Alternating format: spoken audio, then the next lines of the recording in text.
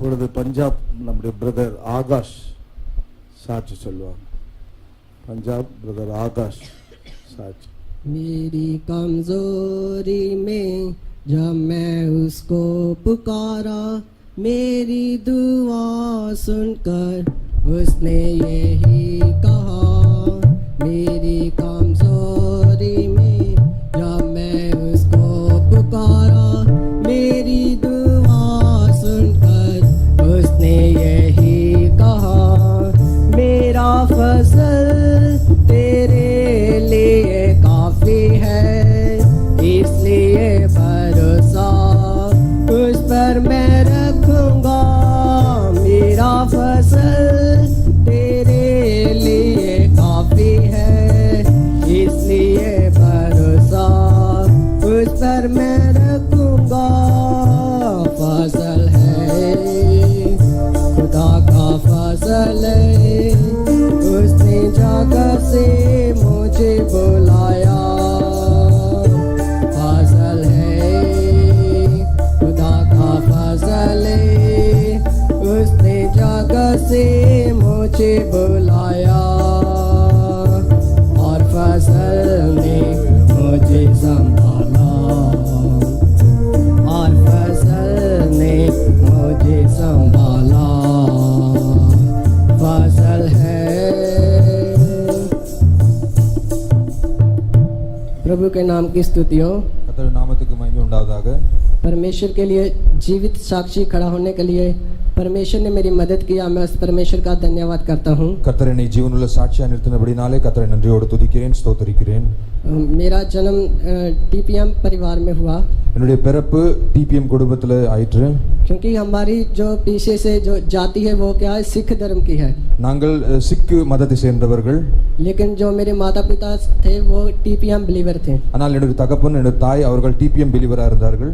और हमारे पिताजी ने बचपन से ही हमें क्या है कैसे प्रार्थना करना, तारीफ करना, उपवास रखना, सब कुछ क्या है बहुत सख्ताई से हमें चलाया था। சிறு வயது முதற்கொண்டு எங்கள் பெற்றோர்கள் என்னுடைய தகப்பன் எப்படி ஜபிக்க வேண்டும், எப்படி தேவனை துதிக்க வேண்டும், எப்படி தேவனை ஆராதிக்க வேண்டும் என்று மிக கட்டாயமாக எங்களை கண்டிப்பாக எங்களை வளர்த்து கொண்டு வந்தார்। जब मैं 3 और 4 साल का 4 वर्ष का ही था तो वो मुझे क्या था 4 बजे उठाते थे।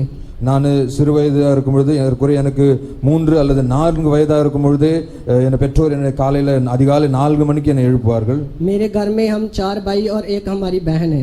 எங்கள் குடும்பத்தில் 4 சகோதரர்கள் ஒரு சகோதரி உண்டு। लेकिन क्या है वो हम तीनों उस समय हम 3 भाई थे, 3 भाई 3 சகோதரர்கள் இருந்தார்கள்। लेकिन हम तीनों भाइयों को हमारे पिताजी क्या थे बहुत सख्ताई से शिक्षा देते थे। இந்த 3 சகோதரர்களுக்கு என்னுடைய தகப்பனார் மிகவும் கண்டிப்பாக இந்த காரியங்கள் எல்லாம் கற்றுக் கொடுப்பார்। क्योंकि जब हम प्रार्थना नहीं करते थे, तारीफ में उठते नहीं थे, तो वो बहुत क्या है सख्ताई से सजा देते थे हमें। என்று சொன்னால் இந்த காலை வேளையில இந்த ஜெபத்துக்கு துதிக்கிறதுக்கு காலையில எழுந்திருக்கல என்று சொன்னார் எங்களுக்கு கட்டாயமான அந்த பனிஷ்மென்ட் என்னுடைய தகப்பனார் கொடுப்பார்। मैं उस समय घर में सबसे छोटा था, वो मुझे पहले 4 बजे उठाते थे। என்னுடைய குடும்பத்துல நான் மிகவும் சிறியவனா இருந்தபடியால் என்னை குறிப்பாக என்னை அதிகாலையில எழுப்பி ஜெபம் பண்ண வைப்பார்கள்। वो मुझे पहले उठाते थे, लेकिन बाद में मैं बाकी सब लोगों को उठाता था। முதலாவதாக அவர் என்னை எழுப்புவார், பிறகு மற்றவர்கள் எல்லாரும் எழுப்புவார்। लेकिन जब मेरा मन करता था, मुझे नींद आता था, मैं सबको उठाकर मैं खुद बिस्तर में जाकर सो जाता था। எனக்கு அதிகமாய் தூக்கம் வந்து கொண்டு இருக்கிற வேளையில நான் என்னை எழுப்பி விடுவார்கள், நான் போய் மற்றவர்களை எழுப்பி விட்டு நான் போய் படுத்துக்கிறது உண்டு। ऐसे वो हमें क्या है चर्च में भी लेकर जाते थे, लेकिन चर्च में जाकर मैं आराधना में सिर्फ गीतों की सेवा के ऊपर ही ध्यान देता था, बाकी आराधना के ऊपर ध्यान नहीं देता था। ஆராதனைக்கு கொண்டு போகிற வேளையில ஆராதனையில போகிறால் வெறும் பாட்டு பகுதியை மட்டும் தான் நான் குறிப்பா கவனிப்பேன், மற்ற பிரசங்கங்களையோ மற்ற காரியங்களை நான் கவனிப்பதில்லை। पूरा मीटिंग में मैं सिर्फ गीत कैसे गाने में यही देखता रहता था, गीत कैसे गाते हैं, बाकी किसी भी मीटिंग के बाद पर कैसे वर्शिप करना, कैसे मैसेज सुनना, मैं किसी के ऊपर ध्यान नहीं देता था। அந்த கூட்டத்துக்கு போகும்போது வெறும் பாடல்களை மாத்த கவனித்து பாடல்கள் எப்படி பாடுகிறார்கள் என்று பார்ப்பேன், மற்ற அங்க இருக்கிறதான எப்படி துதிக்க வேண்டும், அங்க இருக்கிறதான எப்படி மெசேஜ், அங்க இருக்கிறதான சாட்சிகள் எப்படி, அந்த காரியங்கள் ஒன்று நான் கவனிப்பதில்லை। जब पास्टर और ब्रदर मैसेज करते थे, मैं यही सोचता रहता था जे कब मीटिंग खत्म होगा। பாஸ்டர் பிரசங்கம் பண்ணி கொண்டு இருக்கும் பொழுது எப்பொழுது இந்த கூட்டம் முடியும் என்றே நான் பார்த்து கொண்டு இருப்பேன்। लेकिन बाद में ऐसे ही क्या है मेरा बचपन बीतता गया। இப்படிப்பட்டதா என்னுடைய சிறு வயது முதற்கொண்டு இப்படி நான் இருந்தேன், என்னுடைய வயது கடந்து போய் கொண்டிருந்தது। लेकिन मैं छोटे होते समय से ही मैं अपने मम्मी डैडी को कहता होता था कि मैंने सेवा करनी है, मैंने शादी नहीं करनी। இந்த சிறு வயது முதற்கொண்டே நான் என்னுடைய தகப்பன் என்னுடைய பெற்றோர்களுக்கு நான் சொல்லுவேன், நான் கர்த்தருடைய ஊழியத்தை செய்ய வேண்டும், எனக்கு ஒன்றும் திருமணம் செய்வதற்கு இன்னொரு விருப்பம் இல்லைன்னு சொல்லி கொண்டு இருப்பேன். क्योंकि शादी में एक दो दिन की खुशी है, बाद में पूरा पूरा क्या है, जीवन क्या है, नष्ट हो जाता है बोझों के नीचे। என்று சொன்னால் திருமணம் பண்ணி முடிஞ்சதுக்கு பிறகு கொஞ்ச நாள் ஒரு ரெண்டு நாட்கள் மாத்திரமே சந்தோஷம், அதுக்கப்புறம் வந்து வாழ்க்கை நஷ்டமாகி போய்விடும் என்று நான் நினைப்பேன். मेरे मन में यही विचार आता था छोटे होते से ही कि परमेश्वर की महिमा भरी सेवा करना संसार में रहने से उत्तम है। நான் சிறு வயது முதற்கொண்டே கர்த்தருடைய ஊழியத்தை மகிமையான அந்த ஊழியத்தை செய்ய வேண்டும் என்று சொல்லி நான் நினைத்துக் கொண்டிருந்தேன். உலகத்தில் இருக்கிறது பிரயோஜனம் அல்ல, கர்த்தருடைய ஊழியத்தை செய்வது பெரிய காரியம் என்று நினைத்துக் கொண்டிருந்தேன். लेकिन जब मैं बड़ा होता गया मेरे मन से जो क्या है विचार दूर हो गया। நான் வளர்ந்து கொண்டே இருக்கும் பொழுது இப்படிப்பட்ட இந்த ஊழியம் செய்ய வேண்டும் என்ற சிந்தனைகள் என்னை விட்டு கொஞ்சம் கொஞ்சமா என்னுடைய மனதை விட்டு விலகி போய் கொண்டே இருந்தது. 2010 में हमारे गांव में पास्टर चार्ल्स जी सेवा करने आए। 2010 வருஷம் பாஸ்டர் சார்லஸ் எங்களுடைய கிராமத்துக்கு ஊழியம் செய்யும்படியாக கடந்து வந்தார். लेकिन मैं क्या था उनके पास नहीं जाता था। ஆனா நான் அவர்கிட்ட கிட்ட ஒன்னும் நான் போறது இல்ல। लेकिन वो हमेशा मुझे अपने साथ ही रखते थे, कैसे कैसे वो रहते थे, मुझे भी वैसा ही रहना सिखाते थे। ஆனால் அவரோ என்னை மிகவும் நேசித்து எப்பொழுதும் என்னை அவர் கூடவே வைத்துக் கொள்ளும்படியா பிரயாசப்படுவார். எப்படி தேவனை துதிக்க வேண்டும், அவர் எப்படி இருக்கிறாரோ அதே போல நானும் இருக்க வேண்டும்படி அதிகமாக அவர் விரும்புவார். जब मैं उनके पास नहीं जाता था तो वो क्या था, मुझे घर में ही बुलाने लेने आ जाते थे। ஆனால் நான் ஒன்று அவருக்கு கிட்ட போகிறது கிடையாது. அவர் நான் இப்படி கிட்ட போகாம தள்ளி தள்ளி போகிறத பார்த்து அவர் அதிகமா வந்து என்னோட வீட்டுல வந்து கூட என்ன வந்து அழைப்பாரு. जब उनका नवा पिंड में ट्रांसफर हुआ तो मैंने अपने मम्मी डैडी को बोला मैंने पास्टर जी के साथ ही जाना है। அவர் வந்து நவாப்பேட்டைக்கு ட்ரான்ஸ்ஃபர் ஆன வேளையில நான் என்னோட பெற்றோரிடத்தை சொன்னேன், நான் பாஸ்டரோட கூட சேர்ந்து நாங்க போக போறேன் என்று சொல்லி. तब मैं 8वीं क्लास में पढ़ रहा था। அப்பொழுது நான் 8ஆம் வகுப்பு படித்துக் கொண்டிருந்தேன். लेकिन वो बोलते थे कि तू अभी छोटा है, अभी पढ़ाई कर, अच्छा फिर बाद में सेवा कर लेना। ஆனால் அவர் சொல்லுவார் என்னிடத்துல, நீ இப்பொழுது சிறு பையனா இருக்கிற, இப்பொழுது படிப்புல கவனத்தை செலுத்து, அதுக்கப்புறம் பிறகு கர்த்தருடைய ஊழியத்துக்குரிய காரியங்களை பார்க்கலாம் என்று. पास्टर भी मुझे बोलते थे कि पहले परमेश्वर से बात कर कि परमेश्वर तेरे से क्या बात करता है, फिर इतनी जल्दबाजी मत कर। பாஸ்டர் எடுத்து சொல்வாரு, ரொம்ப அவசரப்பட வேண்டாம் இந்த காரியத்தை குறித்து, கர்த்தர் உன்னோடு என்ன பேசுகிறார், கர்த்தருடைய சத்தத்தை கேட்டு பிறகு இந்த காரியங்களை முடிவு பண்ணலாம் என்று சொல்லுவார். लेकिन उसके बाद 2012 में मेरे डैडी जी की डेथ हो गई। 2012 வருஷம் எங்க தகப்பனார் கர்த்தருக்குள் நித்திரை அடைந்தார். जिस घर में जो हमारा घर का क्या है पूरा क्या है वो बदल गया, माहौल बदल गया। அந்த பிறகு அங்க இருக்கிறதான சூழ்நிலைகள் முற்றிலுமாய் மாறி போனது. क्योंकि जिस घर में पहले प्रार्थना होता था, जिस घर में पहले परमेश्वर का नाम होता था, उस घर में क्या है लड़ाई झगड़ा पूरा शांति चली गई। எந்த வீட்டுல கர்த்தருடைய துதி ஆராதனை ஸ்தோத்திரங்கள் இருந்ததோ அதே வீட்டுல கலவரங்களும் பிரச்சனைகளும் அங்க இருக்கிறதான மனசு கஷ்டங்களும் உண்டாய் கொண்டிருந்தது. क्योंकि मेरे घर में सिर्फ मेरे डैडी जी का सबको डर होता था, लेकिन बाद में मेरे डैडी मरने के बाद सबका डर चला गया। ஏனென்று சொன்னால் எல்லோரும் எங்க தகப்பனார் கண்டிப்பாக வளர்த்து கொண்டு வந்தார். எங்க தகப்பனாரை குறித்து எல்லோருக்கும் வீட்டுல பயம். எங்க தகப்பனார் மரித்ததுக்கு பின்பு அந்த இருக்கிறதான ஒழுக்கங்கள் எல்லாம் மாறி போனது. मैं भी क्या था अपने भाइयों की ओर देखकर जैसा वो चलते थे, मेरा मन करता था मैं चर्च जाता था, प्रार्थना करता था, बाद में मेरा जीवन का पूरा बिगड़ गया। என்று சகோதரர்கள் எல்லாரும் தங்கள் திசையிலே போய் கொண்டிருந்தார்கள். நானும் வந்து ஆராதனைக்கு போய் கொண்டிருந்தேன். எனக்குள்ள வந்து ஏராளமான மாற்றங்கள் உண்டாய் நானும் இஷ்டம் போல நடந்து கொண்டிருந்தேன். जो मेरा बचपन में विचार था परमेश्वर की सेवा करने का, जब मैं बड़ा हुआ तो वो विचार क्या था चला गया।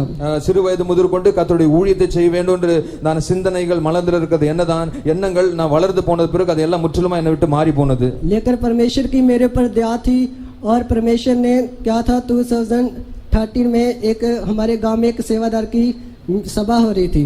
2013ஆம் வருஷத்துல எங்க கிராமத்துல ஊழியம் செய்யும்படியா வந்தார்கள். அங்க ஒரு கூட்டம் நடந்து கொண்டிருந்தது. கர்த்தருடைய தயவு பெரிதான தயவு என் மேல இருந்தபடினாலே. लेकिन उस जगह में मैंने बहुत से सेवकों को देखा. அங்க நான் கூட்டம் நடந்து கொண்டிருந்தது. அங்க अनेक ஊழியக்காரர்களை நான் பார்த்தேன். मैं ऐसे ही सभा में बैठा हुआ था. நான் கூட்டங்கள்ல அங்க உட்கார்ந்து கொண்டிருந்தேன். जब मैंने सेवकों को देखा मेरे मन में फिर से वही विचार आया कि परमेश्वर की सेवा करना है और कोई काम नहीं करना. அவர்களை பார்க்கும் பொழுது திருப்பி என்னோடுக்குள்ள அந்த பழைய யோசனை, கர்த்தருடைய ஊழியத்தை நான் செய்ய வேண்டும், இது முக்கியமான காரியம் என்று சொல்லி அந்த யோசனைகள் மீண்டுமா என்னுடைய மனதில் என்னுடைய எண்ணங்கள்ல உண்டானது. क्योंकि जो सब कुछ छोड़कर सब कुछ त्याग कर परमेश्वर की सेवा कर रहे हैं वो कितने महान सेवक लोग हैं. ஏனென்று சொன்னால் எல்லாவற்றையும் தங்களுக்குரியவைகள் எல்லாவற்றையும் விட்டு வெறுத்து பிரதிஷ்டையாய் கர்த்தருடைய ஊழியத்தை செய்கிறவர்கள் அவர்கள் மகிமையானவர்கள், அவர்கள் பரிசுத்தவான்கள் என்று நான் நினைத்தேன். लेकिन मैंने बैठे बैठे अपने मन में परमेश्वर से बात किया कि परमेश्वर यदि तू चाहता है कि मैं तेरी सेवा करूं तो आज ही मेरे से बात कर। நான் கர்த்தரிடத்துல அங்க கூட்டத்தில் உட்கார்ந்து கொண்டு கர்த்தரிடத்துல பேசிக் கொண்டிருந்தேன். கர்த்தாவே, நீ நான் ஊழியம் செய்யணும்ன்றது உம்முடைய சித்தமானால் இன்னைக்கு இப்பொழுது நீ என்னோடு கூட இடைப்பட வேண்டும், பேச வேண்டும் என்று கர்த்தரிடத்தில் நான் பேசினேன். सच में परमेश्वर ने उसी समय रात को मेरे साथ बात किया. கர்த்தர் அந்த இரவு வேளையில அன்றைக்கு தானே கர்த்தர் என்னோடு பேசினார். परमेश्वर अपने दूत को भेजकर मुझे वो पूछ रहा था कि तू सेवा करना चाहता थे. கர்த்தர் தம்முடைய தூதர்களை அனுப்பி என்னோட கேள்வி கேட்டார், நீ என்னோட ஊழியத்தை செய்வாயா என்று. मैंने बोला मैं सेवा करनी चाहता हूँ, लेकिन मुझे मेरे साथ कोई बात नहीं हो रहा, मुझे बुलाहट नहीं है. நான் சொன்னேன், ஆமா கர்த்தாவே, நான் ஊழியம் செய்யும்படியா நான் வாஞ்சிக்கிறேன், விரும்புகிறேன். ஆனால் கர்த்தருடைய அழைப்பு தெரிந்து கொள்வதில் எனக்கு ஒன்றும் புரியலன்னு. लेकिन जब मैंने चर्च जाना शुरू किया था, मेरा पहला प्रॉमिस यही था, मत्ती 28 चैप्टर 90 और 20 वर्स. நான் ஆராதனைக்கு போய் கொண்டிருக்க வேளையில கர்த்தர் என்னோடு கூட வாக்குத்தத்தம் மூலமாய் பேசினார். மத்தேயு 28 அதிகாரம் 19-20 வசனங்கள் மூலமாய். और उसमें लिखा कि तुम जाकर सभी जाति के लोगों को चेला बनाओ और उन्हें पिता और पुत्र और पवित्र आत्मा के नाम पर बपतिस्मा दो. அங்க வார்த்தை சொல்லப்பட்டிருக்கிறது, என்னுடைய நாமத்தினாலே சகல ஜாதிகளும் சீஷர்களாக்கி பிதா குமாரன் பரிசுத்தாவின் நாமத்தினாலே ஞானஸ்தானம் கொடுங்கள். और जिन बातों की मैं तुम्हें आज्ञा देता हूँ वो उन्हें मानना सिखाओ, और देखो मैं जगत के अंत तक सदा तुम्हारे संग हूँ. எந்த கற்பனைகளை கட்டளைகளை நான் சொல்லுகிறேனோ அதை அவர்கள் கைக்கொள்ளும்படியே செய்யுங்கள். இதோ உலகத்தின் முடிவு வரைக்கும் சகல நாட்களும் நாங்களோடு கூட இருக்கிறேன்னு சொல்லப்பட்டிருக்கிறது. लेकिन मैंने अपने स्वप्न में यही बता दिया कि परमेश्वर मुझे ये वचन मिला है. நான் கர்த்தரிடத்துல பேசினேன், கர்த்தாவே இந்த வார்த்தைகள் வாக்குத்தத்தம் மூலமா நீ என்னோடு கூட பேசிட்டு இருக்கிறீர்கள். लेकिन परमेश्वर ने मुझे बोला तुझे बुलाहट पहले से ही है, मैंने तुझे पहले से ही चुना है. நான் கர்த்தர் சொன்னாரு, நான் முதல்ல இருந்தே உன்னை அழைத்திருக்கிறேன், முதல்ல இருந்தே நான் உன்னை தெரிந்து கொண்டிருக்கிறேன், இதான் நான் உன்னோடு கூட பேசின வார்த்தை என்று கர்த்தர் என்னோடு பேசினார். तब मैंने अपने 10th के एग्जाम खत्म किया था. அப்பொழுது நான் என்னுடைய 10ஆம் வகுப்பு எக்ஸாம் முடித்தேன். मैंने अपनी मम्मी को बताया कि मुझे ऐसे सेवा की बुलाहट हुई है, मैंने सेवा में जाना है. நான் என்னுடைய தாயாரிடத்துல சொன்னேன், கர்த்தர் என்னை அழைத்து கொண்டிருக்கிறார், கர்த்தருடைய அழைப்பு எனக்கு உண்டாயிற்று, நான் கர்த்தருடைய ஊழியத்துக்கு கடந்து போக வேண்டும் என்று. मेरी मम्मी बोलते कि सोच ले अभी तू छोटा है, बाद में जे नहीं कहना कि थोड़ा सा सेवा कर बाद में वापस नहीं आना. ஆனால் என்னுடைய தாயார் என்னிடம் சொன்னார்கள், நன்றாக யோசித்து கொண்டு நன்றாக சிந்தித்துக் கொள், இப்பொழுது சிறு வயதா இருக்கிற, பிறகு ஊழியத்துக்கு போயிட்டு கொஞ்ச நாள் கழிச்சு ஊழியத்தை விட்டு திரும்பி வர வேலை எல்லாம் வச்சு கூடாதுன்னு சொன்னார்கள். अगर सेवा करनी है तो एक ही मन बनाकर सेवा में जा, बाद में घर की ओर नहीं देखना. என்னுடைய தாயார் சொன்னார்கள், கர்த்தருடைய ஊழியத்தை செய்ய வேண்டும் என்று முடிவு எடுத்தால் ஒரே மனதோடு ஒரே சிந்தையோடு ஒரே முடிவோடு ஊழியத்தில் இருக்கணும், ஊழியத்துக்கு போயிட்டு வரக்கூடாது, கடைசி வரைக்கும் மரண பரியந்தம் ஊழியத்தில் நிலைத்திருக்கணும் என்னுடைய தாயார் என்னிடத்தில் சொன்னார்கள். बाद में मैंने बोला अपनी मम्मी को, ठीक है मैं ऐसे ही करूंगा, आप हमारे वहाँ पास्टर प्रकाश जी थे, वहाँ उससे बात करो, मैंने चर्च में जाना है. அப்ப நான் என்னோட தாயாரிடத்துல சொன்னேன், நான் முடிவு பண்ணி விட்டேன், நான் கடைசி வரைக்கும் கர்த்தருடைய ஊழியத்தை செய்து கர்த்தருடைய வீட்டுல இருப்பேன், நீங்க அங்க இருக்கிறதான பாஸ்டர் பிரகாஷ் இடத்துல பாஸ்டர் நீங்க பேசுங்க, நான் கர்த்தருடைய ஊழியத்துக்கு போகும்படியா நான் வாஞ்சிக்கிறேன், கடந்து போக போறேன் என்று. अप्रैल 2013 अप्रैल 19 में मैं चर्च में रहने के लिए आ गया. 2013 வருஷம் ஏப்ரல் மாதம் 13ஆம் தேதி நான் கர்த்தருடைய ஊழியத்துக்கு கடந்து வந்தேன். तब मेरी 15 एज थी. அப்பொழுது எனக்கு 15 வயது. तब मेरे भाई मुझे क्या कहने लगे, वहाँ 4 बजे उठाते, वहाँ प्रार्थना करना पड़ता है, तू कैसे करेगा, तू अभी रहने दे. அப்ப என்னோட சகோதரர் என்னோட பேசினார்கள், அங்க போனா சர்ச்சுக்கு போனாங்க, காலையில 4 மணிக்கு எழுப்புவாங்க, 4 மணிக்கு எழுந்து ஜபிக்கணும், துதிக்கணும், இப்படிப்பட்ட காரியங்கள் நீ எப்படி பண்ணுவ என்று என்னிடத்துல கேட்டார்கள். लेकिन मैंने अपने मन में यही विचार किया था कि जाना है तो अभी जाना है, बाद में आगे जाऊंगा तो मेरा विचार फिर बदल जाएगा. நான் ஒரே தீர்மானமாய் நின்றேன், போக வேண்டும் என்று சொன்னால் கர்த்தருடைய ஊழியத்துக்கு போக வேண்டும், இப்போ இன்றைக்கு போக வேண்டும், ஏனென்று சொன்னால் நாட்கள் கடந்து போனதுக்கு பிறகு மீண்டுமா என்னோட சிந்தைகள் என்னோட மனது திருப்பி மாறும் என்று நான் சொன்னேன்.